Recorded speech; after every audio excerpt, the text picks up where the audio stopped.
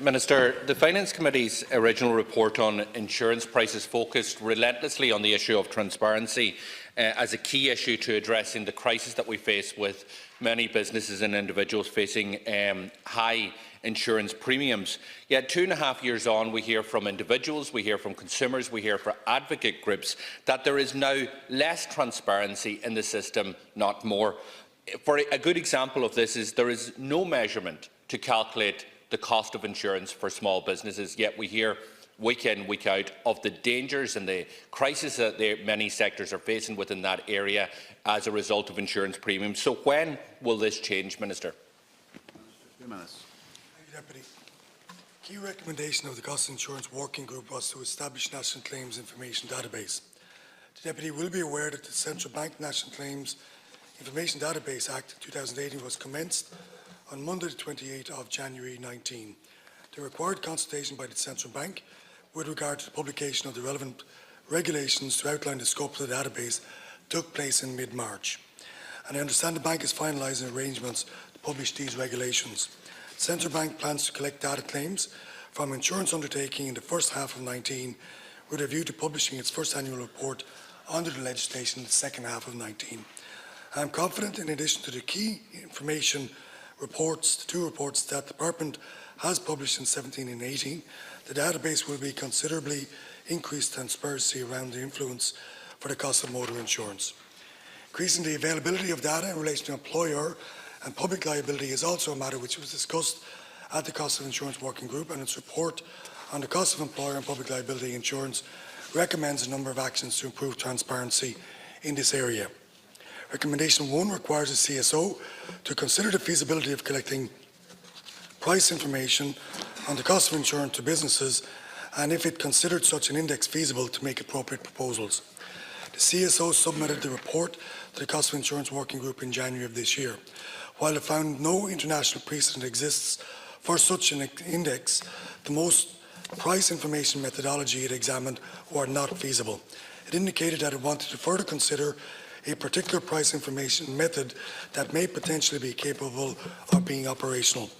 I understand this method would use a commercially available technology solution to automatically price a high volume of representative profiles, that is, customer profiles such as office-based company with 20 employees, good safety standards and no claims history. The price quotations for these profiles would be tracked over time to estimate the overall changes in premium. The information examination is underway, and it is expected that the CSO will provide the Cost of Insurance Working Group with a determination on the feasibility during the summer of this year.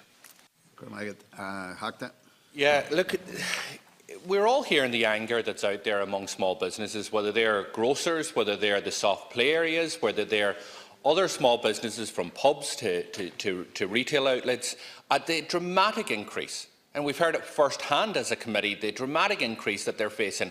In some cases, over a short period of time, that they're seeing premiums increase by 1,000%. Yet there is no measurement in this state actually to measure the increase of insurance on small businesses. When we look at, probably to highlight this, the National Competitiveness Council came out with a report. Now, a report on the cost of doing business. And what they said on insurance is, which increased rapidly in 2013 to 2016. It says it's now decreased since the end of 2016. The price of car and other transport insurance is roughly what it was in 2015, like the EU and Euro average. That's the best that the National Competitiveness Council can do on the cost of doing business, because they have no data whatsoever on the astronomical increases that is faced by small businesses, which is putting some of those small businesses to the wall. Now, 2.5 years on from all the glossy reports, what we have is less transparency, because we did have transparency there to a certain degree. We had the Blue Book, which was published annually by the Central Bank, which is now withdrawn. We had the private motor insurance statistics, which was also published, which is no longer there. And the reality is, Minister, we have action point after action point after action point, but we have less transparency, and these businesses are going to the wall because insurance companies can spin and spin and spin and talk about figures that nobody else has, and nobody can actually say to them what he is doing, folks. He's putting these businesses out of business because of these astronomical increases. Minister. I understand and accept that there is anger, Deputy, And everything that I'm doing is to try and ensure that we give businesses the opportunity to stay in business and trade in the way that they should be trading.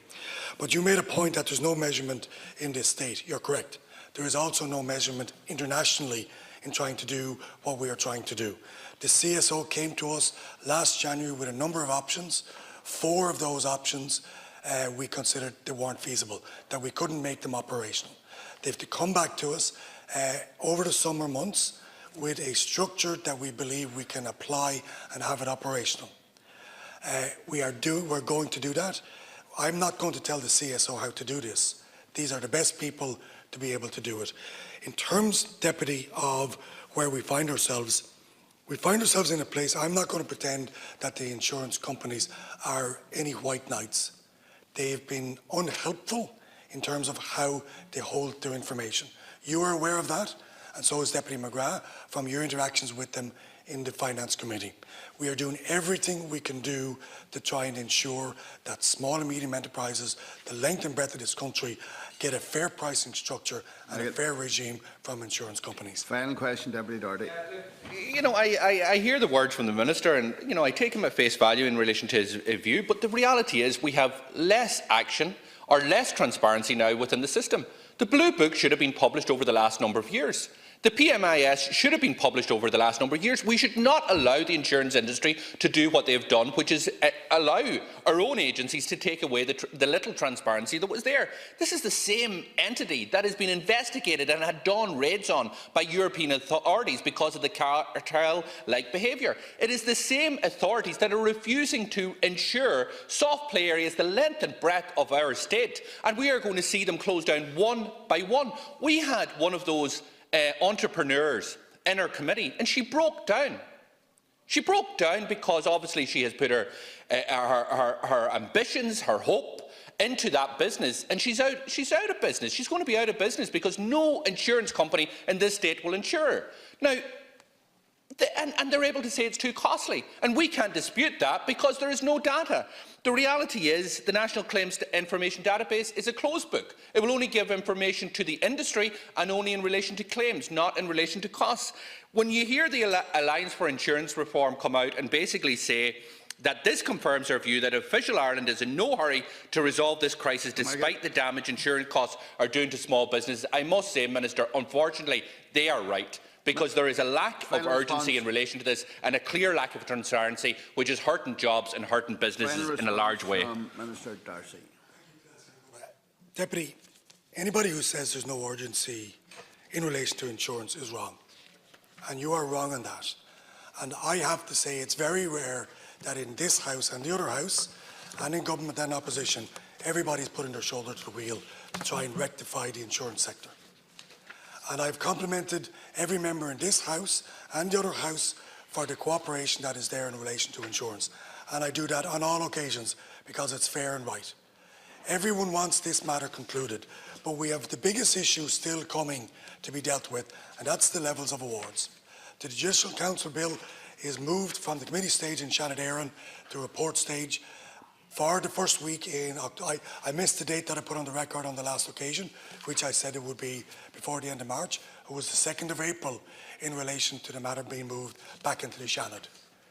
We have a date that I have set that I want to achieve, and with your help and support, we can achieve that by getting the Judicial Council bill through Dáil Éireann and through Dáil Éireann prior to the end of the summer session. And I've asked for an early signature motion on this so we can move towards the establishment of the Judicial Council and allow the establishment of a committee in relation to personal injury guidelines to be assessed within that legislation. This is a crucial piece of legislation.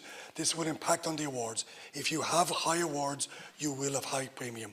And what I would ask the Finance Committee to do, before we conclude the legislation in both houses, to ask all of the insurance companies in and to put the hard line to them that if we do our bit in these houses, which is to put the structure in place, the legislation in place, to allow the recalibration of the Book of Conduct, the guidelines, in line with the Personal Injury Commission, that you put the hard question to those companies. I will do it in private. I'm asking the Finance Committee to do it in public.